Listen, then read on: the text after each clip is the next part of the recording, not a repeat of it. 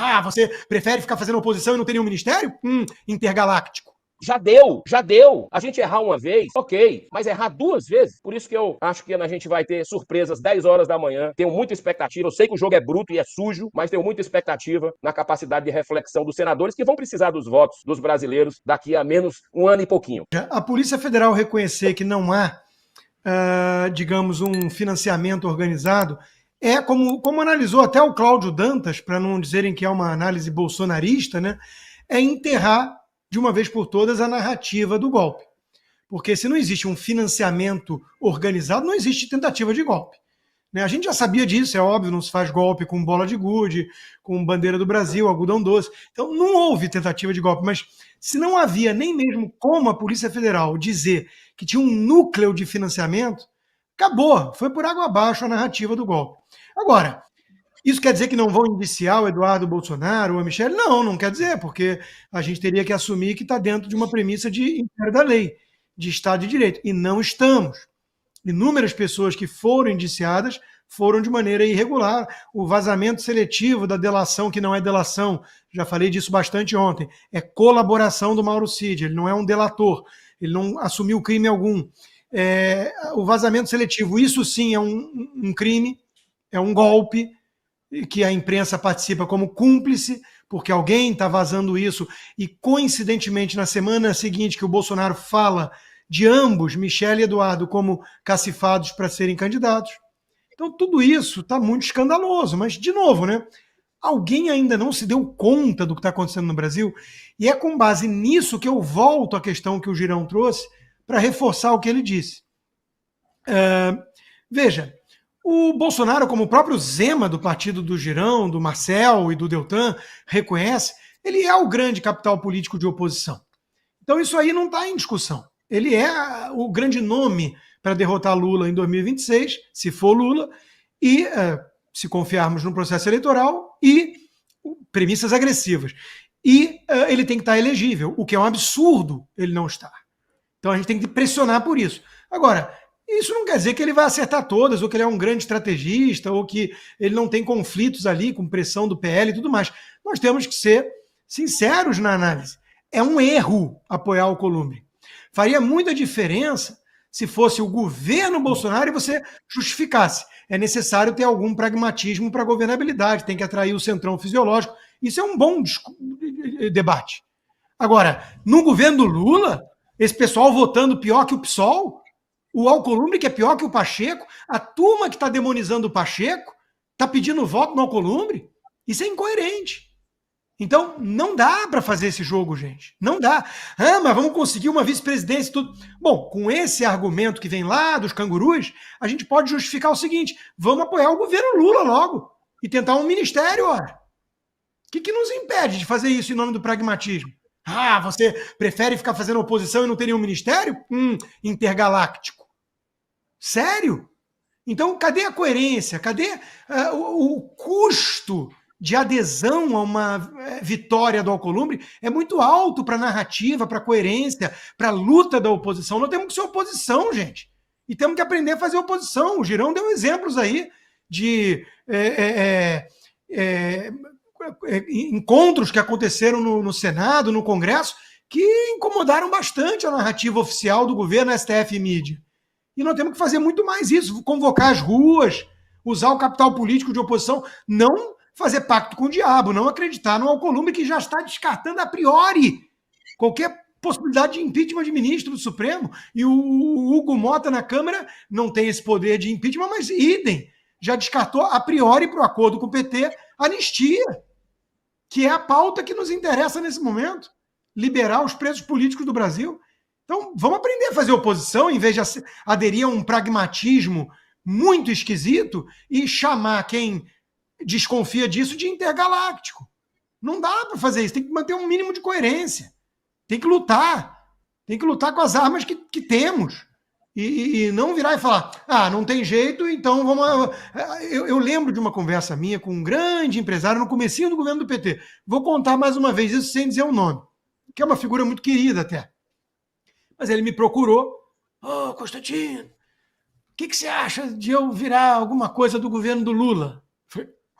Regalei o olho e falei, Ele se não pode derrotá-los, junte-se a eles. Eu falei, doutor fulano, o senhor não vai conseguir nada de bom com isso para o governo, vai se queimar e vai dar um respaldo, vai dar um manto de legitimidade para uma quadrilha comunista que só vai trazer problemas para todos nós, liberais clássicos e tudo mais. Dito e feito, by the way, aconteceu isso, tá? Então, meus amigos, não dá. Não dá para fazer pacto com o Alcolumbre. A Alcolumbre vai fazer a gente sentir saudade do Pacheco. Então, para com isso, vamos fazer oposição. E dá licença, se aquele que é o grande capital político da oposição errar nessa análise, por qualquer motivo que seja, a gente aponta o erro, a gente é independente. E paciência. Agora, não fica chamando de traidor, de qual o interesse, já sabe que não vai ganhar. Isso aí é discurso de derrotista. Então, se for assim, não façamos mais oposição, não é mesmo?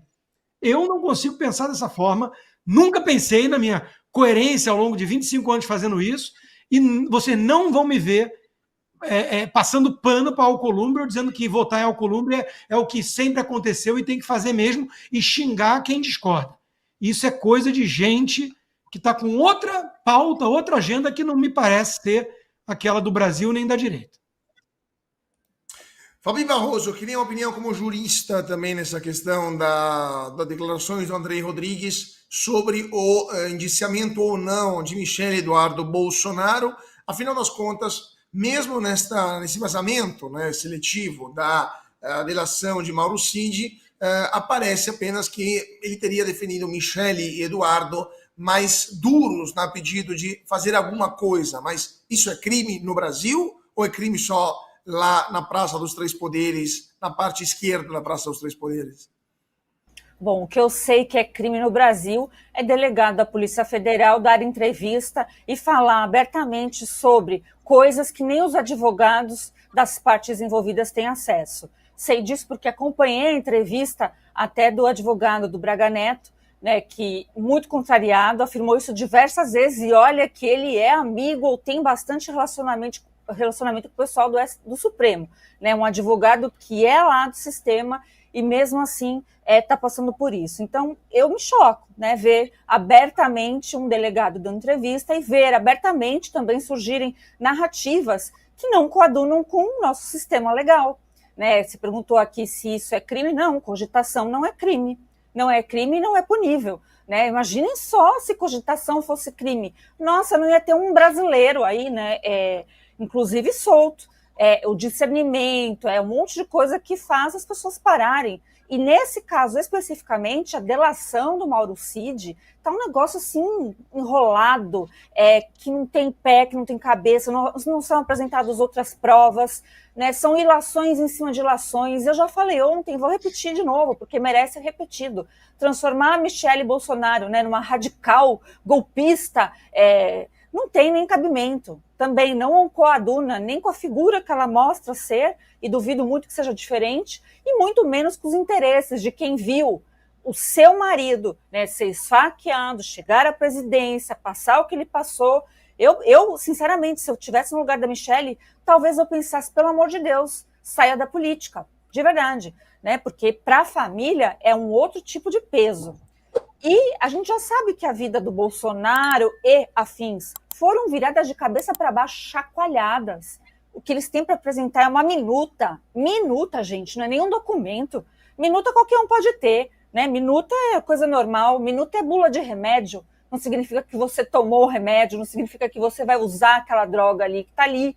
Né? Então, olha, é realmente uma hipocrisia, enquanto nós temos, vou repetir também, André do Rap solto pela porta da frente do Supremo. Por quê?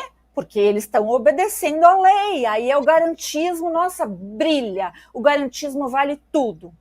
Só que nesse vale tudo, quem está perdendo é o império da lei, é aqueles que são garantistas, é aqueles de verdade, são aqueles que são legalistas, são aqueles que querem a coisa pelo menos com o mínimo, né, de decência, onde você vai à justiça para recorrer esperando um pouquinho de justiça, um pouquinho mesmo que aqueles juízes que estão ali são isentos, imparciais.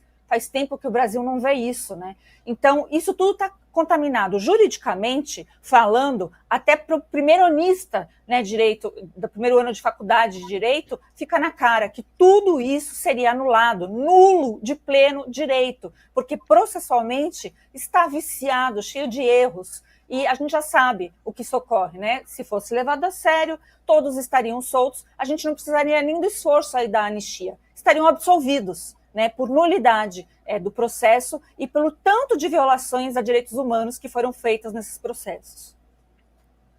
Silvio Navarro, sua opinião sobre esta questão, esse vazamento seletivo e essa reação do chefe da Polícia Federal. Olha, Carlos, eu comentei até há pouco isso. Para mim, essa entrevista que o dirigente, né, o chefe da Polícia Federal, como você disse, concedeu é uma confissão de culpa. Você deixar inquéritos abertos, e eu falo no plural porque são vários. Soubemos, por exemplo, que tem 21 inquéritos abertos no gabinete do ministro Alexandre de Moraes, 15 deles só sobre o 8 de janeiro, todos eles se comunicam de forma sigilosa, são tentaculares, ninguém sabe quem já passou por um inquérito ou não, desde o 4781, que já foi lembrado aqui também, né? Nasce paralelamente à censura da revista Cruzoé, lá em 2019, mas fato é que depois de 2 anos, se você não consegue chegar a quem seria o beneficiário, por um golpe de Estado hollywoodiano, uma trama rocambolesca como essa que nós acabamos de acompanhar no relatório da própria polícia, onde é que estão os canhões, onde é que estavam, de onde partiria a quartelada, como é que funcionaria o fechamento do Congresso Nacional, enfim, é até cansativo retomar tudo aquilo que nós falamos há muito tempo, eles não chegaram a lugar nenhum, são inquéritos que só serviram para a perseguição política de um único espectro, no caso a direita, com um alvo muito definido, presidente Jair Bolsonaro. Como não foi possível atingi-lo em cheio, eles começaram a tentar espalhar a artilharia e aí, a partir dali, entraram aliados, a primeira-dama e outros tantos, assessores. Alguns, infelizmente, passaram tempo injustamente na cadeia ou estão presos a uma tornozeleira. Eu acho que essa é a visão que creio eu que a maioria da população tem. Eu só aproveitaria, Carlos, e perguntaria também ao senador Girão sobre a questão da inelegibilidade do presidente Bolsonaro. Se ele acredita que essa inelegibilidade é irreversível, dada a atual composição da Corte Eleitoral e também que o Supremo Tribunal Federal é a última corte recursal, ou se os ventos poderiam mudar até lá, e o que talvez o Congresso poderia fazer. Nesse caso, talvez até um pouco mais complicado do que a pauta da anistia. Pois é, o presidente Jair Bolsonaro e sua família sofrem uma perseguição muito grande, implacável, né? Isso não é correto. Nós não podemos, como falou agora a Fabiana, não é sem pé e sem cabeça mais, é um negócio totalmente, esse inquérito, essa colaboração do oficial lá, o ajudante de ordem, do Cid, Coronel Cid, é algo completamente sem crédito, desacreditado, porque ele mesmo já veio dizer publicamente, já saíram gravações mostrando que ele foi forçado a dizer. Então, é uma coisa de arrepiar o que está acontecendo, né? Uma parte da Polícia Federal à disposição de um gabinete de ministro do Supremo. Eu entrei em 2020 com a independência da Polícia Federal, justamente para que a gente tivesse uma PEC para dar autonomia, consegui as assinaturas, mas não foi para frente, né? Justamente para que a Polícia Federal ela não tivesse esses questionamentos que ela está tendo agora, né? E a gente percebe, infelizmente, a gente vê pelo dia a dia, inclusive uma das audiências que nós fizemos ali, indigestas para o PT, para o governo Lula e para o STF, foi quando a gente aprovou na Comissão de Segurança Pública, que não era uma comissão, e nem é ainda, porque nós estamos no final dela aqui, não é uma comissão da oposição, né, da base do governo, e nós aprovamos para levar nada menos que o diretor da Polícia Federal, que era o responsável pelo aeroporto de Guarulhos, naquele monitoramento. E sabe o que é que ele revelou para os senadores ali? Disse com todas as letras que 120 mil, mais de 120 mil pessoas são monitoradas pelas suas opiniões. Então, isso é tudo muito grave o que a gente está vendo, uma instituição acreditada como a Polícia Federal, a gente vê essa inversão de valores. E aí a gente fica querendo saber dessas operações overclean, dessa questão das emendas, como é que isso vai, o rei do lixo, né? Gente com dinheiro que jogaram pela janela, milhões de reais, agora, dentro dessa overclean, isso tá, quem está envolvido nisso, né?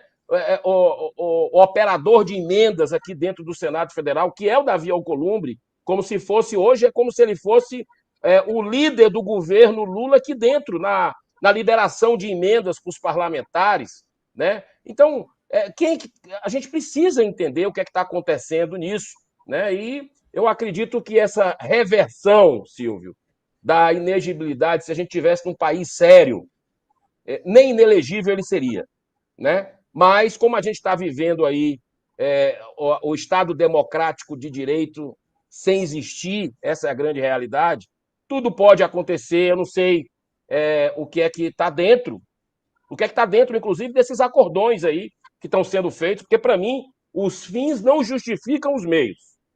Não justificam os meios, né? E a inegibilidade está errada. O presidente Bolsonaro era para ter o direito de colocar o seu nome para 2026, colocar as suas ideias, né? Mas a gente precisa que isso venha pelos trâmites normais, às claras, porque na sombra os interesses pessoais, partidários, não podem estar jamais acima dos interesses nacionais.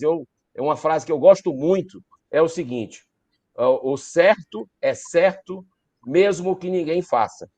O errado é errado, mesmo que todos se enganem sobre ele. Então, o Brasil passa por essa catarse e é muito importante a população estar gostando de política, né? Tá mobilizada pela política. Eu fico muito feliz e emocionado com isso, porque eu vejo que nós vamos ter, sim, mais cedo ou mais tarde, um grande triunfo aí da justiça, da verdade e da liberdade. O senhor é candidato à presidência do Senado Federal, apresentou poucas horas atrás sua candidatura, protocolou sua candidatura formal. A eleição vai ser agora, no dia 1º, se não me engano, de fevereiro. Eu queria lhe perguntar o que o senhor pretende implementar com mudanças caso seja eleito presidente do Senado Federal, e depois vou abrir também para os nossos outros comentaristas, eventualmente, lhe perguntar alguns pontos sobre esta candidatura e a conjuntura política nesse momento. Mas o que o senhor pretenderia fazer caso eleito presidente do Supremo Tribunal Federal, do Senado Federal?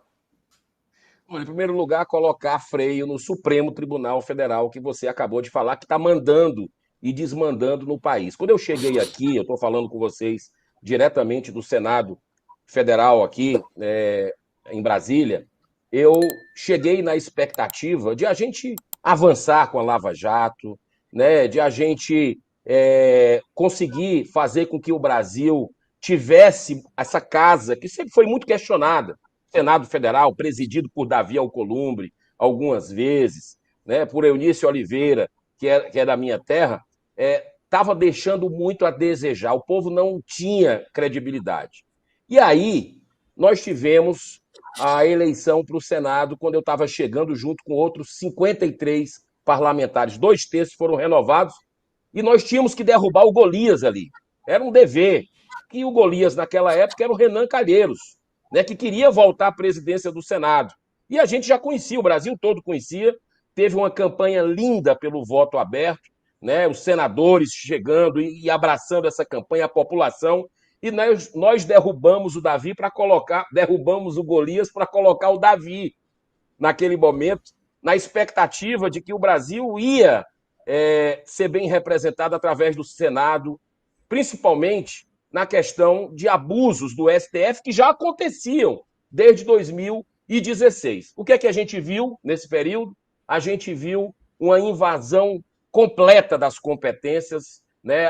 O STF avançando no Senado Federal, até legislando pelo Senado Federal, uma inversão completa de valores que a gente está vivendo, protagonizado pela fraqueza do Senado, por um Senado omisso, né, que tem culpa no cartório por toda essa insegurança jurídica que vive o Brasil hoje. Então chegou a hora de nós derrubarmos o Golias da vez, que por ironia do destino chama-se Davi.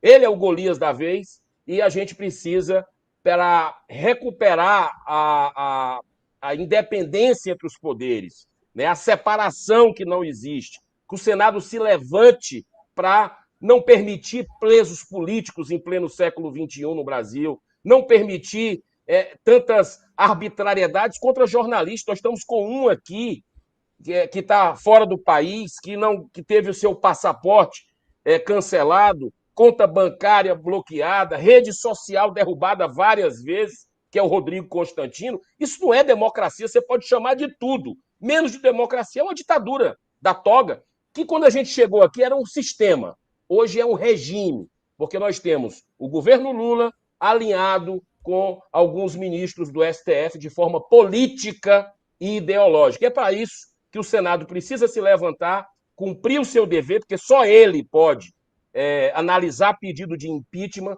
e a primeira coisa que eu vou fazer é isso. Tenho várias propostas, inclusive quem quiser conhecer, entra na minha rede social, principalmente no Instagram, Eduardo Girão Oficial, você vai ver lá fixado 10 propostas. Uma delas é o pedido de impeachment imediato, para a gente ter um efeito pedagógico e voltar a ter respeito a essa casa perante a nação e perante os outros poderes, e logo depois também a anistia dos presos políticos, que eu já falei com a nossa assessoria para levar direto para o plenário. E é possível, pensando alguns projetos, para que tire das comissões e vá direto para o plenário, porque tem muita gente sendo injustiçada, brasileiros que jamais passaram pela prisão, e isso não é correto com o Brasil. Silvio Navarro, sua pergunta para o senador Girão. Acho que o Silvio está sem áudio. Agora voltou o áudio.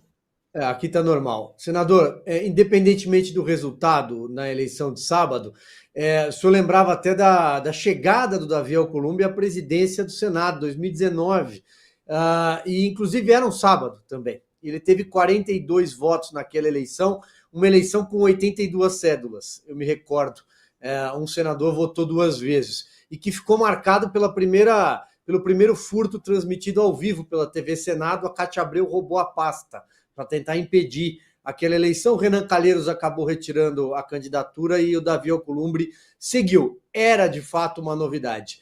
Mas, eu repito, independentemente do resultado, porque a gente sabe que ainda existe algum pragmatismo político em jogo, a questão da anistia, eu quero pegar pelo esse final da resposta que o senhor traz. De que forma a anistia pode avançar no Congresso Nacional?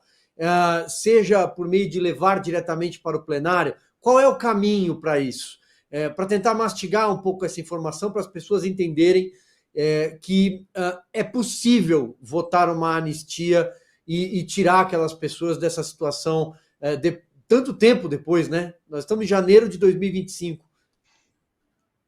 Silvio, não apenas é possível, como é necessário que façamos isso se a gente quer falar em pacificação do Brasil. Você vê aí muitas autoridades, aqui do Senado, o presidente do Senado, da Câmara, do Supremo, os ministros, enchem a boca para falar de pacificação, mas quando é na prática, nada. A gente vê um movimento pela revanche, pela vingança, hoje está tendo no Brasil, e pegaram essas pessoas para Cristo. Eu não sou favorável a quem quebrou, quem depredou, ficar impune, não. Tem que pagar, tem que ser exemplarmente punido, mas de acordo com a lei. E não é isso que está acontecendo. Essas pessoas não tiveram acesso aos autos dos seus advogados, não tiveram a ampla defesa, o contraditório, uma série de arbitrariedades. Nós temos muitos projetos aqui no Senado Federal catalogados, na Câmara dos Deputados, mas como presidente do Senado, eu vou querer agilizar, rapidamente o processo aqui e deixar claro para a população, fazer um amplo debate, deixar claro para a população, cada um colocar a sua digital. Você acha que os senadores não sabem do que é que está acontecendo no Brasil, da caçada aos conservadores, às pessoas de direita?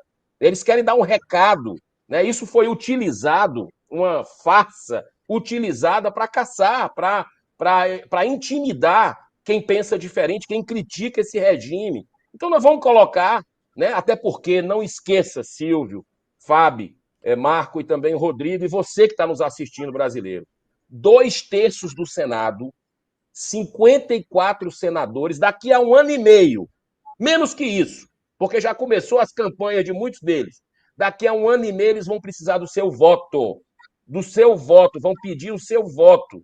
Então, eu vou colocar como presidente do Senado, se a gente conseguir ampliar essa campanha pelo voto aberto, tendo líderes que, em vez de jogar a toalha, né, e diga que está resolvido, que o voto é secreto, que a gente cresça esse movimento, porque os senadores vão ficar numa posição muito incômoda, aqueles que não mostrarem o voto se a população pedir. Se a população entrar firme nessa solicitação, eles vão ficar feio na foto e podem ameaçar a sua reeleição, que é um sonho da maioria deles aqui. Então, eu acredito que a anistia, assim como o impeachment de ministro de Supremo, né, que nós temos 60, 38 deles engavetado por Davi Alcolumbre, que vota 80% com o governo Lula, que é o candidato do PT, que começou esse PL da censura, botou para votar na gestão dele. Esse PL da censura foi votado por Davi Alcolumbre e aprovado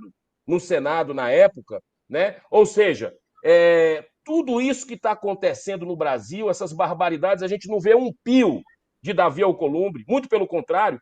Eu acho que chegou a hora das pessoas de bem se unirem e fazerem a diferença na decisão do Senado Federal. Eu estou muito esperançoso que a gente possa ter uma surpresa sábado, se Deus quiser. Falando de impeachment agora, o pedido de impeachment contra Lula, aliás, o pedido de impeachment contra Lula atingiu 100 assinaturas, está avançando lá na Câmara dos Deputados. Esse pedido que será protocolado na Câmara no dia 1º de fevereiro, quando termina o recesso parlamentar, se baseia na recente decisão do Tribunal de Contas da União, que apontou irregularidades na execução do programa Pé de Meia. Lembrando que o programa foi suspenso pelo TCU por causa destas irregularidades. Agora, estas 100 assinaturas ainda são menos de 1/5, de fato, da Câmara dos Deputados, mas são um número já considerável. Eu queria começar perguntando para a Fabi Barroso se ela acha que tem chance que esse pedido avance, ou simplesmente será mais uma tentativa veleitária, né, de parte da oposição de tentar emplacar um pedido de impeachment e o processo de impeachment. Fabi. Olha, Cauti, depois que eu presenciei a cena que vimos, né, aquele pessoal todinho aqui em São Paulo, todos unidos, né, eu estou falando de quem? De Kassab, de Valdemar, e etc., né, políticos do PT conhecidos, e aquela foto com esses políticos todos reunidos aí pela eleição do Hugo Mota, que provavelmente será aí, né, o novo presidente da Câmara, daquela desanimada, porque nem mesmo, a gente não teve nem os políticos do nosso lado, que, né, tudo bem foram, já que foram, mas não fizeram aquela meia-culpa, né, de falar, espera um pouquinho, né, não vamos tirar uma foto assim tão escancarada. Então, quando eu vejo que já existe a consumação, é preciso investigar, mas eu vejo que foi corrompido ou rompido o artigo 10 da lei de impeachment em relação a essa pedalada fiscal que supostamente o Lula teria dado aí em relação ao pé de meia. Eu sabendo disso, eu conhecendo a lei, se eu falasse só de lei, eu diria, gente, é óbvio, né, já tem aí algo muito consumado, basta uma investigação simples até, e se precisar de força política, eu não sei quem não quer tirar o Lula, a não ser os mais próximos ali, mas a gente sabe que eles estão brigando até entre eles, até o próprio PT está brigando entre eles. Então, né? Mas aí, quando a gente olha e vê esse realinhamento aí de figuras, dá uma tristeza que eu sei que a força política, o povo tem até demais, mas a depender dos políticos, com todo o respeito que eu tenho aqui pelo senador Girão, ele e mais alguns, a gente tem time, sim, tanto no Senado quanto na Câmara dos Deputados, de pessoas valentes, né, que estão lutando contra esse estado de coisas, mas, ao mesmo tempo, não dá para idolatrar dois deuses. Na política, o negócio tem que ficar muito claro. Né? Então, o impeachment do Lula teria atração popular, a meu ver, e política, né, se os políticos fossem espertos. Mas o problema é que eles são muito, muito espertos e falta inteligência. Consta, você acha que teria atração popular um pedido de impeachment? Aliás, um pedido de impeachment sem a Paulista cheia teria algum tipo de chance de prosperar? Ou é preciso que as ruas pressionem o legislativo para agir como foi em 2016? As ruas sempre ajudam, Carlo. As ruas sempre ajudam, mas o ingrediente faltante, desde o início eu venho repetindo isso, é realmente uma crise mais acentuada na questão econômica, né? Porque tem uma turma, a gente tem que ser realista na análise, que não está ligando muito para esses pontos que o senador Girão trouxe aqui, que são muito relevantes para quem tem apreço pela liberdade. Eu mesmo sob censura, agora o Lacombe na revista nova dele, com 3 meses de existência, sem nada, sem razão, né? Uma censura prévia, o Daniel Silveira preso, a Débora cabeleireira presa, tudo isso revolta qualquer pessoa mais atenta, que tem noção da importância da liberdade, do império da lei, do Estado de Direito. Mas tem uma ala da população que está preocupada em matar o seu leão por dia e botar comida na mesa das crianças de manhã e de tarde e de noite. E essa comida está ficando cada vez mais cara. Até a turma da Globo News está dizendo, olha, não só não entrou a picanha no carrinho, como saiu o colchão duro, sei lá mais o quê. Então, a situação não está fácil. Tem uma crise contratada. Isso costuma ser o caldo necessário para juntar essa multidão nas ruas que pressiona os parlamentares. Alguns já estão se dando conta do tamanho da lambança e podem se sensibilizar, né, com a pressão das redes sociais e a própria compreensão do que está em jogo. O Brasil vai virar uma Venezuela, já é um pária mundial, a economia vai degringolar de vez, e aí, né? Já tem até turma dentro do PT falando, 2026 nem o Nordeste está garantido. Eles estão sentindo o tamanho do problema. Mas não dá para esperar 2026 de braço cruzado achando que é assim. Deixa sangrar. Isso aí já foi uma estratégia tucana no passado e fracassada. Né? É preciso agir, é preciso parar o Lula, ou o Lula vai parar de vez o Brasil.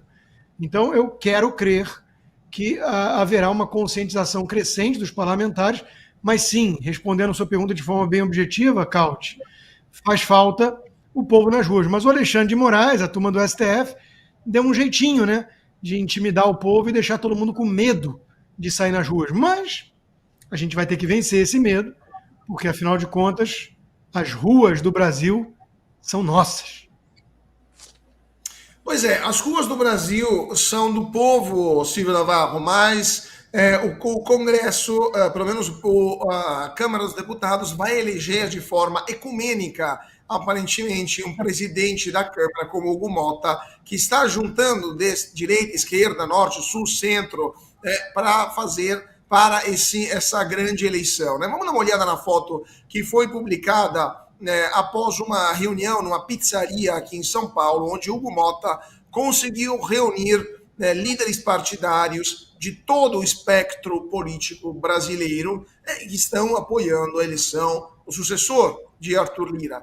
Então, mesmo se as ruas são nossas, a sua opinião, Silvio, o Congresso vai continuar sendo deles ou alguma coisa pode mudar se as ruas começarem a pressionar os congressistas? Deixa eu pegar aqui algumas coisas, então, que você trouxe, o Rodrigo trouxe, e jogar uma pergunta para o senador Girão em cima disso. Carlos, olha só, é evidente que na eleição da Câmara, né, que é um microcosmo por si só, 513 cadeiras, eu acho que ninguém mais mereceria estar sentado na cadeira de presidente como o deputado Marcel Van Hatten, pela competência e pelo que ele representa já há algum tempo. Mas ali há um acordo fechado e dificilmente esse acordo vai ser quebrado. O Hugo Motta deve ter uma votação, talvez até não chegará nos 464 votos, que é o recorde da história da Câmara do Arthur Lira, superior até aqueles 434 do João Paulo Cunha em 2001, em 2003, e também do Ibsen Pinheiro, o mesmo número na época, no início dos anos 90. Mas vai ter mais de 400 votos, provavelmente. Então, há de se entender que ali o jogo me parece muito difícil de ser modificado. Os partidos todos estão amarrados com base em cargos na mesa, com base em cargos em comissões, e com um acordo que vai passar pela liberação de emendas. No Senado, a gente tem um cenário diferente, são menos votos, os votos são mapeáveis, então vamos aguardar. Mas eu queria pegar esses dois pontos aqui e jogar uma questão para o senador Girão, porque essa agenda econômica que o Rodrigo traz, ela é muito importante, porque a gente sabe que, de fato, a Avenida Paulista é fundamental, mas também nem sempre começa na Paulista. Muitas vezes a Paulista também pode ser consequência de tudo isso. É um governo que está sangrando o bolso do pagador de impostos. A situação econômica no Brasil hoje, ela é periclitante. Você vai ao supermercado e não compra mais as mesmas coisas que comprava na semana passada. O ministro está dizendo para você não consumir a laranja, que é uma fruta, um carro-chefe, né, da mesa do brasileiro. Outro ministro disse que era caso de comprar chicória. A picanha nunca chegou, a conta de luz está alta e o dinheiro já não chega mais no final do mês. Isso todo mundo já entendeu. Então, senador, a pergunta que fica diante de tudo isso é: que agenda esse governo tem, com apoio ou não do Congresso Nacional, para se salvar? Eu acho que essa é a pergunta, porque tem chão ainda. Nós estamos falando de uma eleição em 2026. Olha, eu vejo que a gente não pode esperar até 2026, porque pode ser tarde demais. Tarde demais. Por essa turma que está no poder, está cada vez dobrando a aposta no regime. Então, essa foto, né, que todo o Brasil hoje ficou chocado com essa foto, porque o Hugo Motta, por exemplo, nada contra a pessoa, da mesma forma, nada contra Davi Alcolumbre, mas a conduta, a postura enquanto parlamentar. O Hugo Motta, se você acha pouco que o Davi Alcolumbre votou 80% com o governo Lula durante esses 2 anos, o Hugo Motta votou 90%. O que você vai esperar disso? 90%. Sabe o que mais? O Hugo Motta votou pela prisão do Daniel Silveira, o primeiro preso político após a redemocratização do Brasil. A partir dali, a gente só teve uma escalada antidemocrática no país. Entregaram a cabeça do Daniel Silveira e o Centrão foi chave nisso. O Centrão, se você pegar os votos, você vai ver ali a composição do PP, do Republicanos, estava lá o PL, o PSC, uma série de partidos, né, que estão aí querendo trazer de novo os 2 presidentes da casa e a gente ficar assistindo de camarote. Eu acho que a capacidade de indignação nossa é grande. A população brasileira não está entendendo esse acordão. Porque um acordão é grande demais, é como você colocou aí, carga em mesa. E esse discurso de que vai ter comissão, vai ter vice-presidência, isso não cola. Se você pegar, Silvio, o que nós aprovamos durante esse período da gestão Rodrigo Pacheco, olha lá, uma gestão sofrível que nós estamos tendo para o país, Rodrigo Pacheco, e que eu acho que vai piorar se a gente deixar Davi Alcolumbre chegar, porque pelo menos o Pacheco é um cara muito preocupado com a liturgia do cargo e tudo. O Davi não. Davi vai para cima. Eu fui presidido pelo Davi e a gente viu aqui o Senado se apequenar a partir dali. A censura da Cruzoé, que o Rodrigo falou agora da timeline, do Lacombe, essa história de censura começou na época da gestão do Davi Alcolumbre enquanto presidente. Lembra? do amigo do meu pai, foi ali. Que providência ele tomou? Nada. Você acha que ele vai tomar providência com anistia de preso político? Agora que ele está nos berços esplêndidos daí do governo do PT, apoiado declaradamente pelo PT e pelo governo Lula. Então, o Marcel Van Hatten está de parabéns por colocar o seu nome. É um homem que tem estatura moral, que tem uma coerência de vida, e eu espero muito uma reflexão dos deputados, seja deputados ali da direita, pessoas que têm uma posição mais ao centro, que possam se mobilizar internamente e dar uma resposta à sociedade. A sociedade precisa de uma resposta dessas instituições que têm um dever de salvaguardar o Brasil diante desse regime que está comendo o nosso fígado aí a cada dia. Agora eu quero voltar aí mesmo também para a nossa política, aproveitar o senador Girão que está aqui conosco na bancada. Eu vejo aí uma direita toda briguenta, né, mimizenta, e são claras as pautas, pelo menos na população nas ruas está muito fácil, senador. Eu tenho certeza que o senhor e tantos outros sabem sim, né, o que o povo está precisando, a questão de manutenção das nossas liberdades, dos nossos direitos individuais, dos nossos direitos humanos que foram violados, né? Eu falo por mim, falo por tantos, e por quantos mais nós falarmos, mais vamos achar, ainda mais em tempos de governo Lula, que parece um regime, né, tirânico e não um governo. Então, senador, eu gostaria de fazer essa pergunta porque eu apontei logo no comecinho aqui da minha fala, eu sei que o PT, a própria esquerda, está brigando entre si pelo poder, para o poder, e só pensando no poder. Às vezes eu vejo isso também na direita, tudo bem, são meros mortais também, são pessoas comuns, né, que ascenderam ao poder e talvez não tenham noção do que representa um senador ou um deputado, né, o que tem aí de cidadão, então o exercício da cidadania é tão forte. Senador, eu quero ser direta aqui e perguntar o seguinte, muitos estão, até se olhar aqui no chat mesmo, gente que sempre brigou conosco, a boa luta, está lhe acusando o Marcel Van Hatten, né? Assim, eu realmente discordo da candidatura do Pontes, porque nós sabemos ali que pertence ao mesmo partido do presidente Bolsonaro, e para mim isso acaba dando um outro tipo de problema ético até. Mas queria que o senhor respondesse, não só se é a verdade. Vocês estão querendo implementar uma terceira via, né, na direita, ou isso é somente gente que não tem o que argumentar e fica fazendo isso para ver se tira a legitimidade? Porque às vezes eu fico pensando se a gente tem infiltrado no meio de nós, porque são tantos problemas, senador, que não é possível que a gente tem que ficar discutindo coisas rasas com gente ainda presa, né? Então eu queria que o senhor fosse muito sincero comigo e me dissesse então sobre essas negociações de terceira via ou não.